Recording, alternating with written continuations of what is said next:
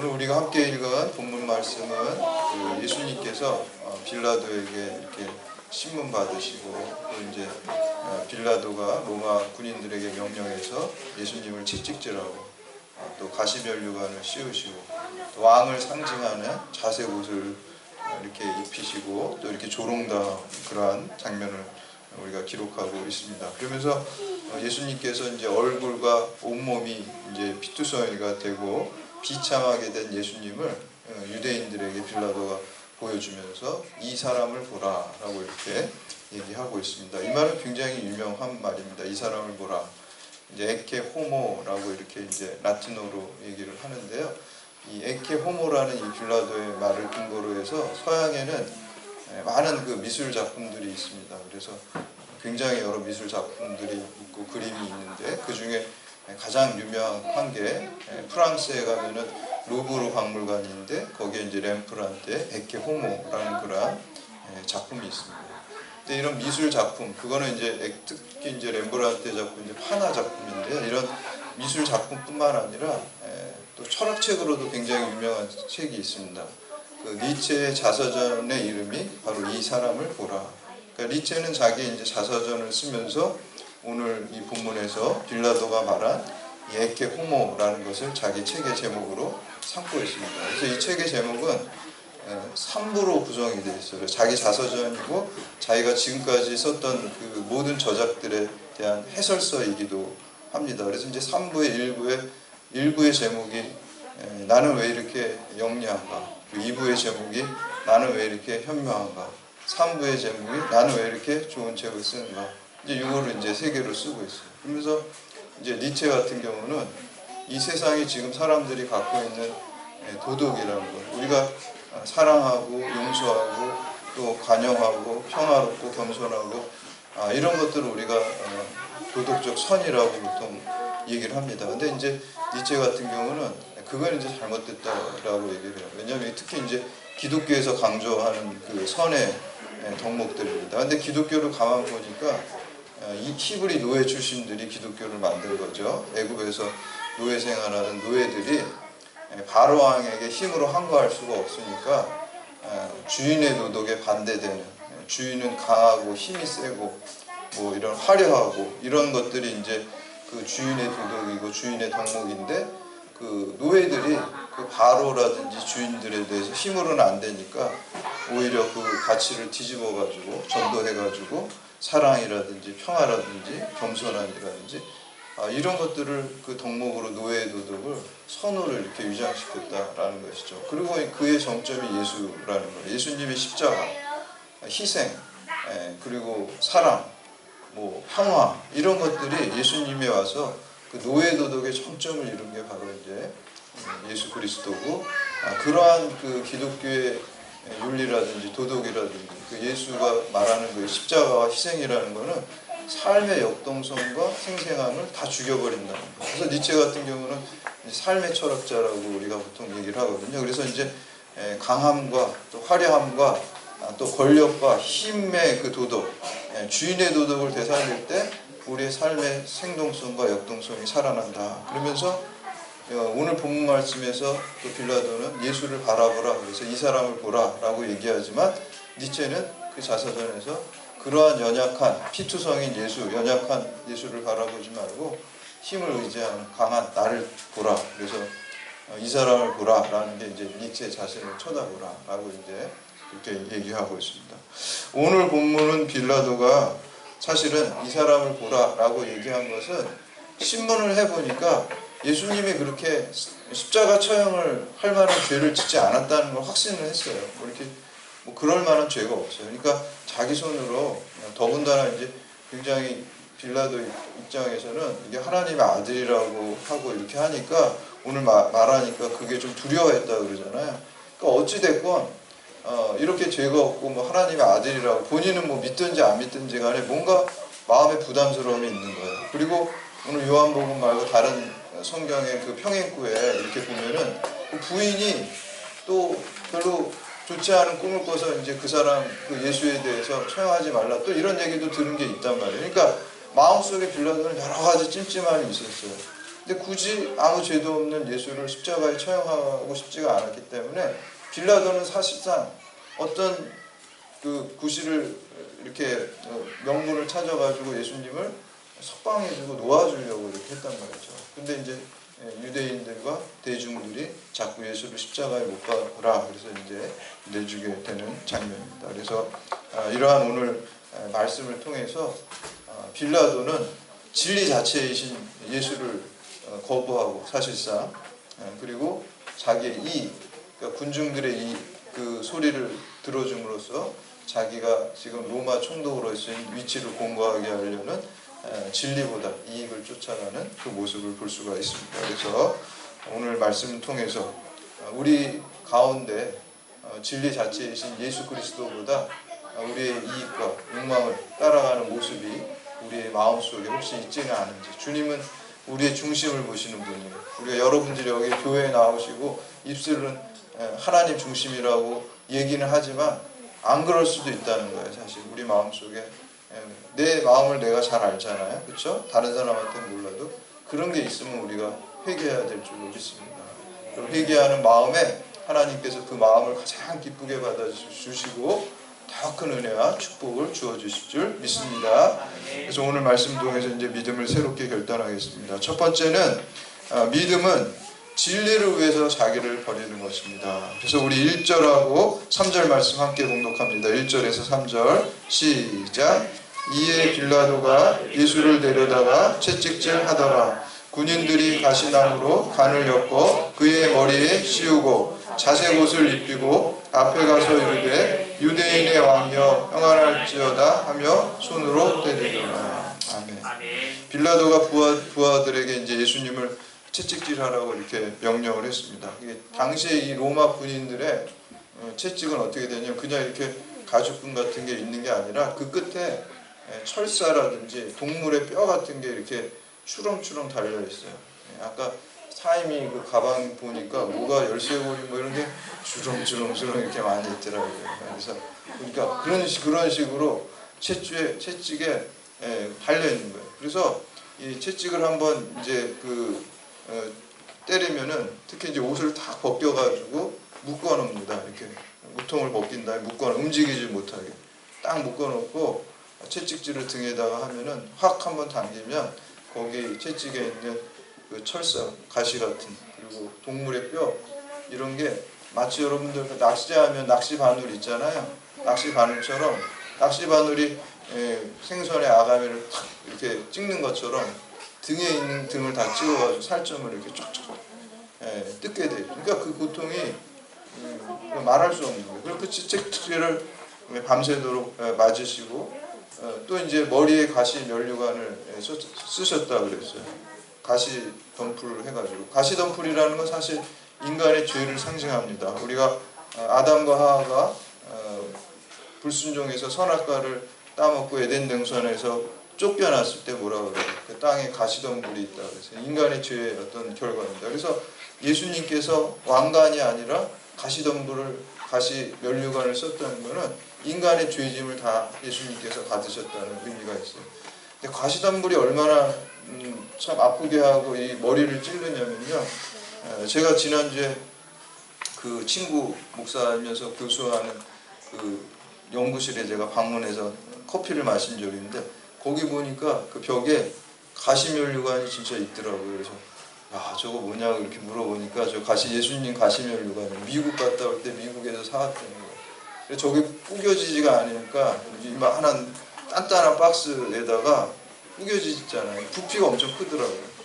보니까 진짜 생생해요. 보니까. 그래서 가시가 너무 삐죽해가지고 머리를 파고 들어가면 얼굴에 피범벅이 되는 거예요. 그래서 그런 가시 면류관을 씌웠다는 거는 그 가시가 이마를 다 찌르고 들어가서 피가 얼굴에 다 피가 흘러나는 그런 가시 면류관을 씌우고 또 오늘 말씀해 보니까 자색 옷을 입혔다 그랬어요. 자색 옷이라는 거는 왕을 상징하는 옷이에요. 그래서 비아냥거리는 거죠. 네가 이제 유대인의 왕이라 그러는데 그래 왕의 옷도 입히고 면류관도 씌워주고 그리고 다른 병행구에 보면 뭐 갈대 같은 거 이제 왕이 홀이라는 게 있잖아요. 지팡이 같은 거를 짚게 하고 또 조롱하고 또 얼굴에다 침을 뱉고 또 뺨을 때리고 온갖 수치와 고통과 멸시천대를 다 가하는 것을 볼 수가 있습니다. 이제 4절하고 5절 말씀 함께 봉독합니다. 4절 5절 시작. 빌라도가 다시 밖에 나가 말하되 보라, 이 사람을 데리고 너희에게 나아오니 이는 내가 그에게로 아무 죄도 찾지 못한 것을 너희로 알게 하려 함이로라 하더라. 이에 예수께서 가시관을 쓰고 자색 옷을 입고 나오시니 빌라도가 그들에게 말하되 보라, 이 사람이로다 하매. 이 사람을 보라 라는 걸 지금 몇 번이나 지금 계속해서 강조하고 있습니다. 이렇게 빌라도가 자꾸 유대인들에게 예수님의 그 막 얼굴에 피범벅이 된 모습, 또 초라한 모습, 조롱당하는 모습, 정말 그 비참한 모습을 보여주는 거잖아요. 얼마나 초라합니까? 그 모습을 자꾸 보면 이 사람을 보라, 이 사람 하라 보라, 이런 이유가 뭘까요? 예수님 놓아주려고 그러는 거예요. 계속. 니네들 지금 십자가에 못 박으려 했는데 이만큼 창피 주고 이만큼 고난 줬으면 이제 만족하고 죽이지는 말자, 이거를 하기 위해서 자꾸 이 사람을 보라 그러는 거예요. 이제 죽이고 싶지 않은 거예요. 사실은 빌라도는 마음에 찜찜함이 있기 때문에. 그래서 이렇게 때렸으니까, 이렇게 피 흘리게 했으니까 이제 됐지, 이제 놓아주자, 이렇게 이제 자꾸 얘기를 해서 이 사람을 보라, 예수 그리스도를 보라라고 하고 있습니다. 그러나 이러한 그 빌라도의 제안을 유대인들이 어떻게 합니까? 거부합니다. 그래도 십자가에 못 박으라고. 그리고 때린 거, 그 정도 때린 걸로, 그 정도 조롱한 걸로 만족할 수 없다. 십자가에 못 박으라고 얘기합니다. 6절에서 8절까지 말씀 함께 봉독합니다. 시작. 대제사장과 아랫사람들이 예수를 보고 소리질러 이르되 십자가에 못 박으소서, 십자가에 못 박으소서 하는지라. 빌라도가 이르되 너희가 친히 데려다가 십자가에 못 박으라. 나는 그에게서 죄를 찾지 못하였노라. 유대인들이 대답하여 우리에게 법이 있으니 그 법대로 하면 그가 당연히 죽을 것은 그가 자기를 하나님의 아들이라 함이니이다. 빌라도가 이 말을 듣고 더욱 두려워하노라. 빌라도는 계속 살려주려고 하고 또 하나님의 아들이라니까 두려움이 있었습니다. 우리 12절 말씀 함께 봉독합니다. 12절 시작. 이러함으로 빌라도가 예수를 놓으려고 힘썼으나 유대인들이 소리질러 이르되 이 사람을 놓으면 가이사의 충신이 아니니이다. 무릇 자기를 왕이라 하는 자가 가이사를 반역하는 것입니다. 아멘. 우리가 지금 계속해서 빌라도가 놓아주려니까 유대인들이 위협을 해요. 왜냐하면 그 사람 자기가 왕이라 그러는데 로마 황제 왕이 있는데 이게 반역하는 거 아니냐. 만약에 너 그 얘기를 로마 황제를 반역하는 사람을 네가 죽이지 않는다면 너 지금 총독 자리도 위험할 줄 알라 라고. 그러니까 자리를 위협하는 게 지금 빌라도에게 가장 큰 위협이었어요. 그러니까 예수님을 십자가에 못 박는 것도 찜찜함은 있었지만 더 중요하게 생각한 게 뭐 자기 자리라는 거예요. 권력에 있는 자리. 그러나 사실 우리가 이 세상의 이 권력들은요, 뭐 잠깐 있다가 내려오는 거잖아요. 우리 뭐 경찰청장도 우리가 경찰에서 가장 높은 분인데도 거기도 뭐 2년 정도 있으면 뭐 그 전에도 내려오기도 하고 2년 정도 있으면 또 내려오는 자리고, 모든 자리가 그렇다는 거죠. 뭐 장관 자리도 그렇고 대통령 자리도 영원한 게 아니에요. 거기 얼마 있다가 내려오는 거고요. 우리 인생도 마찬가지다. 우리 인생도 어떻게 보면 그냥 이렇게 올라탔다가 잠깐 내리는 것 같아요. 기차 타고 갔다가 우리가 어느 종착역에서 내리는 것처럼 잠깐 올라갔다 내리는 자리예요. 이렇게 흘러가는 시간 속에서 우리가 영원히 살 수 있는 것은 진리 자체이시는 예수 그리스도를 붙잡는 거예요. 그 자리를 붙잡는 게 아니라, 권력을 붙잡는 게 아니라 진리 자체이신 예수 그리스도를 붙잡게 되면 우리가 이 흘러가는 시간 속에서 영원한 하나님을 붙잡고 영원한 생명과 영원한 천국을 붙잡게 되는 줄로 믿습니다. 그래서 우리가 세월을 아끼라라고 이제 사도 바울이 얘기할 때 엑사고라조라는 단어를 쓰고 있어요. 그거는 마치 그 낚시할 때 물고기를 건져 올리는 것 같아요. 우리가 흘러가는 이 시간 속에서 우리가 예수 그리스도를 붙잡게 될 때 영혼을 건져 올리고 천국을 건져 올리고 영생을 건져 올리는 그러한 삶이 될 줄로 믿습니다. 그러니까 우리는 80년, 90년 살고 가는 거지만 여러분들이 이 시간에 영혼을 건져 올리는 거예요. 지금 예배 드리고 주님께 찬양하고 주님께 기도하고 주님의 말씀대로 쫓아 살고 흘러가는 시간 속에서 영혼을 건져 올리게 되는 것입니다. 사도 바울이 그런 삶을 살았을 때 그가 진리 자체이신 예수님을 위해서 목숨을 드렸을 때 영원한 영광과 생명을 얻은 것과 같습니다. 우리도 사도 바울과 같이 진리 자체이신 예수 그리스도를 잡아야 되지 빌라도 같이 정말 얼마 가지도 못하는 그 자리를 붙잡으면 참 비참 것이 될 수밖에 없습니다. 그래서 실제로 빌라도는 나중에 이제 요세푸스 그 기록에 보면 그 자리에 오래 보존하지도 못했어요. 거기서 나중에 이제 로마 황제에 의해서 그 자리를 퇴위당하게 되고 결국 자살로 죽게 되는 그러한 비참한 최후를 맞게 됩니다. 두 번째, 모든 권세는 그 하나님께로부터 나오게 됩니다. 우리 9절에서 11절 말씀 함께 공독합니다. 시작. 다시 관정에 들어가서 예수께 말하되 너는 어디로부터냐 하되 예수께서 대답하여 주지 아니하시는지라. 빌라도가 이르되 내게 말하지 아니하느니라. 내가 너를 놓을 권한도 있고 십자가에 못 박을 권한도 있는 줄 알지 못하느냐. 예수께서 대답하시되 위에서 주지 아니하셨더라면 나를 해할 권한이 없으리니 그러므로 나를 내게 넘겨준 자의 죄는 더욱 크다 하니라. 빌라도는 그 유대인들로부터 예수님이 자신을 하나님의 아들이라고 했으므로 신성모독죄로 반드시 이제 십자가 처형에 당해야 된다라는 소리를 듣고 더욱 두려워합니다. 그리고 예수님께 너는 어디로부터 왔느냐? 그때 아무 대답도 안 했어요. 사실 이게 사소한 것 같지만 모든 그 성경 말씀이 그대로 성취되고 응하는 것이 볼 수가 있습니다. 이사야서 53장에 보면 그가 곤욕을 당하여 괴로울 때 그의 입을 열지 아니하였음이라. 마치 도수장으로 끌려가는 어린 양과 털 깎는 자 앞에서 잠잠한 양같이 그의 입이 열지 아니하였도다 라는 그 예언이, 이 말씀이 그대로 이제 예수 그리스도에게서 성취되는 것을 볼 수가 있습니다. 그리고 예수님께서 대답을 하지 않으시니까 화가 난 빌라도가 뭐라고 얘기를 합니까? 내가 너를 놓을 권한도 있고 십자가에 못 박을 권한도 있는 줄 알지 못하느냐 라고 말합니다. 이에 예수님께서 위에서 주지 아니하셨더라면 나를 해할 권한이 없었다 라고 이렇게 대답하고 있습니다. 우리가 가진 어떤 지위라든지 돈이라든지 또 학식이라든지 이게 다 우리 거라고 우리가 생각을 하지만 그건 사실 착각입니다. 하나님이 허락하시지 않으면 그 모든 것이 있을 수가 없어요. 우리 생명 자체가 하나님이 우리에게 생명을 허락하신 거잖아요. 그러니까 우리는 모든 면에서 청지기가 돼야 돼요. 우리 인생의 청지기, 우리 몸의 청지기, 우리의 지식의 청지기, 또 우리의 재물의 청지기.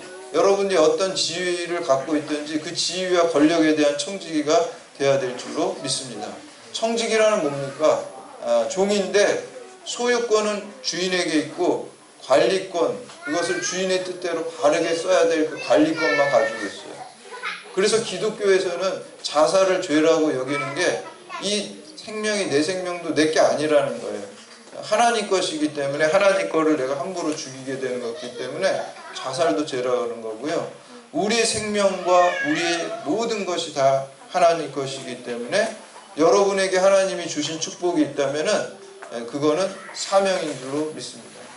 여러분 미국의 그 언론인 방송인 중에 그 오프라 윈프리 여러분 잘 아시죠? 그 여성 그 앵커고 방송인인데 굉장히 그 불행한 그 어린 시절을 보냈어요.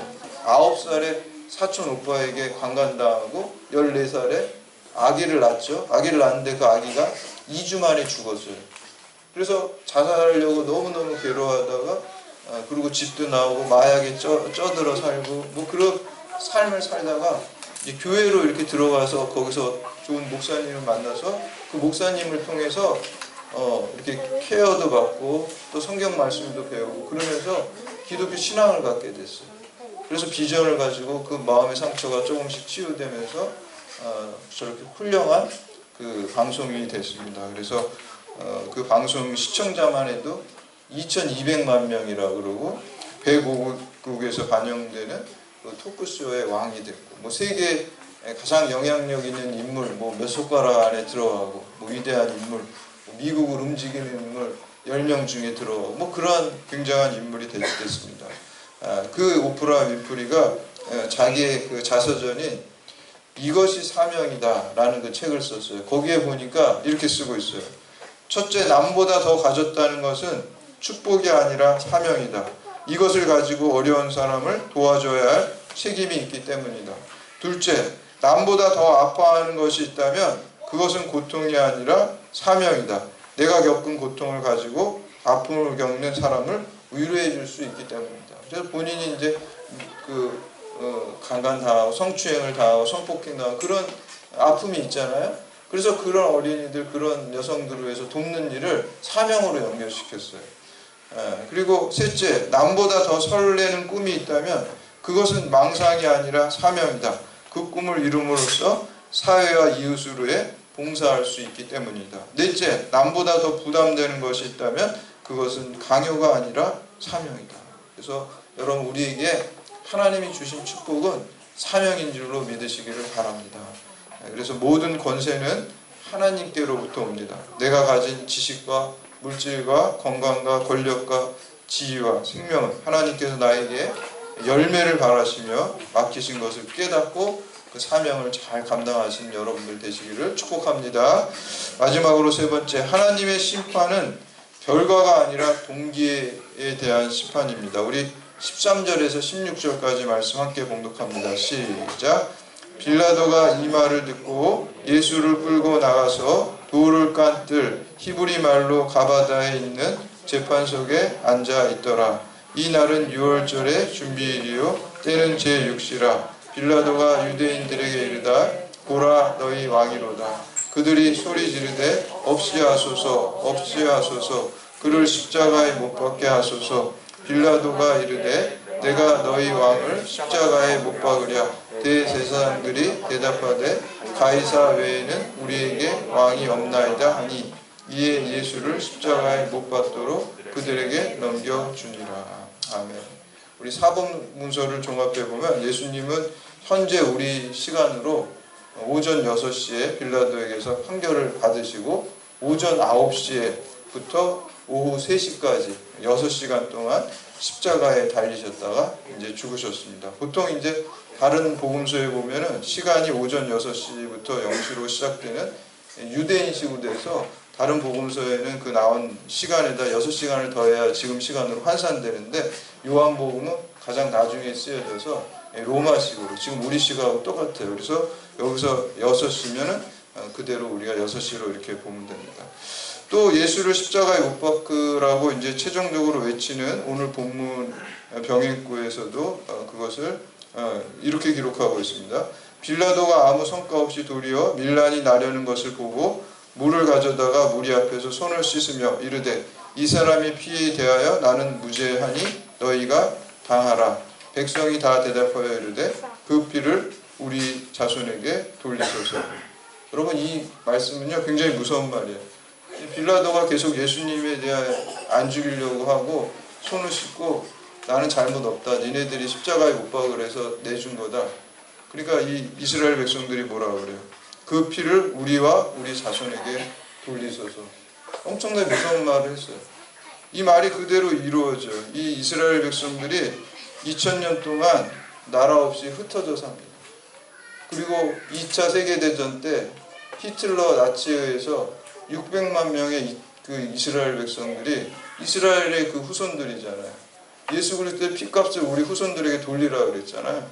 그 말씀대로 600만 명의 그 유대인들이 홀로코스트로 학살당하는 그런 일이 벌어지게 됩니다. 그래서 어떤 신학자는 오늘 이 본문 말씀, 이 마태복음의 이 병행구에 해당하는 이 말씀, 이스라엘 백성들이 예수의 십자가의 피값을 우리와 우리 후손들에게 돌리소서 라는 그 말이 무섭게 성취되었다라고 이렇게 이제 바라보기도 합니다. 11절 말씀 함께 봉독합니다. 시작. 예수께서 대답하시되 위에서 주지 아니하였더라면 나를 해할 권한이 없으리니 그러므로 나를 내게 넘겨준 자의 죄는 더 하니라.